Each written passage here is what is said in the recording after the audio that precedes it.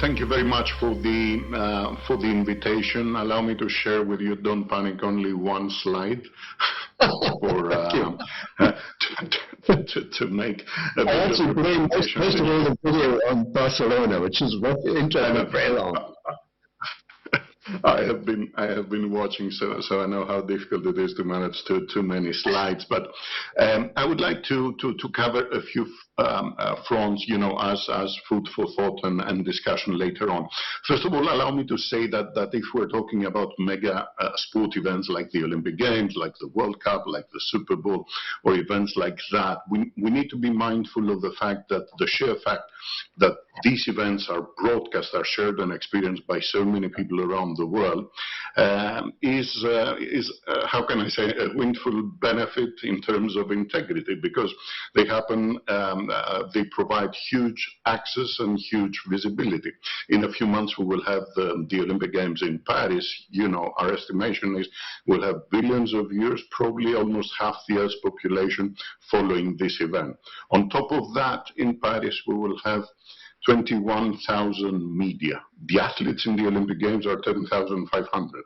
So the number of media is double. And of course, as we know, transparency is based a lot on accessibility, on capacity to report, and so on. So the sheer fact that the mega events are broadcast so massively, we will produce 11,000 hours of content during the 17 days. We will cover every part of the competition. Is a pillar of transparency for these mega events. But one other additional element, I think, is the development in the technology and the way we produce during the last years. Technology has helped us a lot to go so much closer to the competition, to capture tiny details. For us, it's very important because we show the audience, how a sport is actually being conducted, the level of athleticism that it takes to achieve something.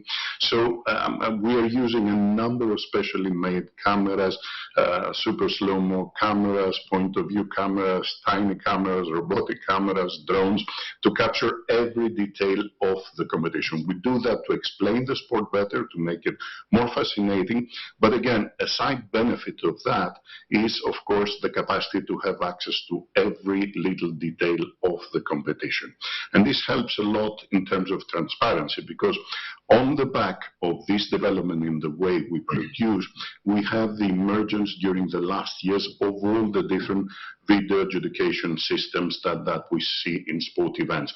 Probably most people are familiar with the VAR system that's used since 2016 in football, but I'm very happy that this has progressed in many other sports.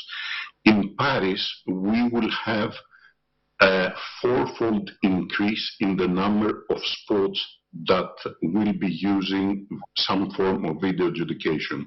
80% of the disciplines in the Olympics will have some form of video adjudication. This is based on all the different shots that we take with our cameras, not just the ones that make it to the final cut, to the live production as people are watching, but other cameras that are constantly shooting, and we collect their feeds. In Paris, to give you an example, we will be using more than 1,000 cameras for the coverage of all events, and 3,600 microphones, which also, I think, contribute to the visibility and audibility of the event. Now, on top of this, how can I say, more traditional way of ensuring transparency for the events, which has to do with the visuals, a major development during these last years is around AI technologies. I know that AI has already become an overused buzzword because of the important developments in large language models during the last year and a half.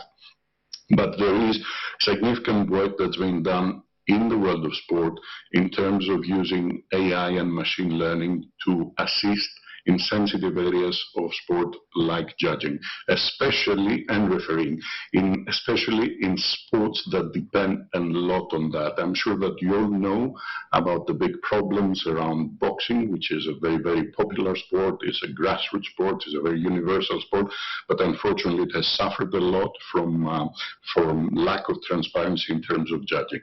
AI technology already offers solutions for objectifying or clearly helping and assisting judging. Some other international federations have started introducing it, like the International Federation for Gymnastics, and I'm sure more and more others will embrace it, and we see that very, very positively, because for us as people from media, of course, we have the same interest in ensuring that the integrity of sports is there. I just want to mention two other topics which I'm sure they are covered, and I know they are covered in different discussions and panels, simply because I feel very strongly about them. The first has to do with sustainability, and there was a very interesting panel beforehand.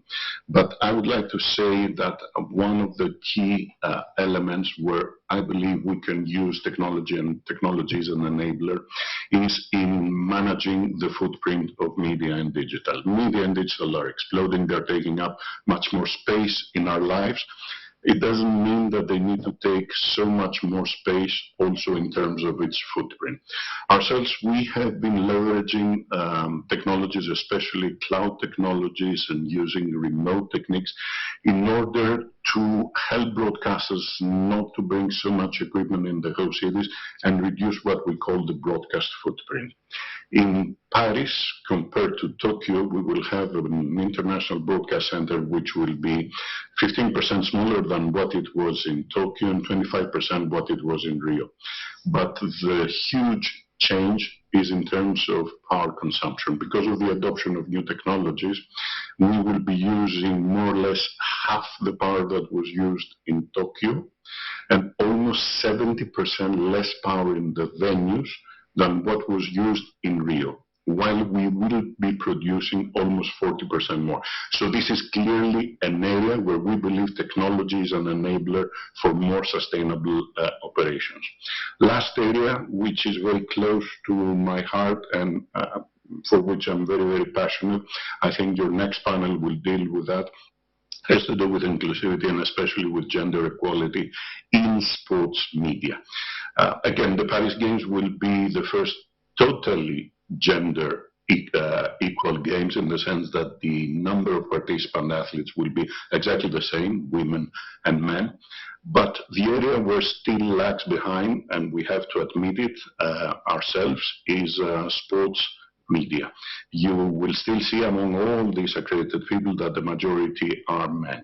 This is something that we have been trying ourselves to address. First of all, as a company, as an organization, from being 80-20 10 years ago, I think we will be 50-50 in a year and a half from now, but also to increase and encourage the presence of women, even in the, how can I say, hardcore broadcast areas like engineering, like camera operators and so on. We're doing specific programs for that. We're training women. Our broadcast venue management teams in Paris, 70% of our broadcast managers, of the people who will be running the operations, are going to be women. They were 50-50 in Tokyo, but actually in Paris they are going to be more. But this is an area where we need collectively as an industry to do much more, both in terms of integrating more women in the operation, and also in terms of portrayal, which is another very important element. Still, in important events, I see shots which are shocking, with stereotypes of portrayal of women. Ourselves, we have developed very, very detailed guidelines for all our producers and directors about how to go about. We cover the efforts of the athletes because they are the best athletes in the world, not because they are sexy or attractive or objectified. That is an important point where we are not where we should be as an industry. Thank you very much for the attention.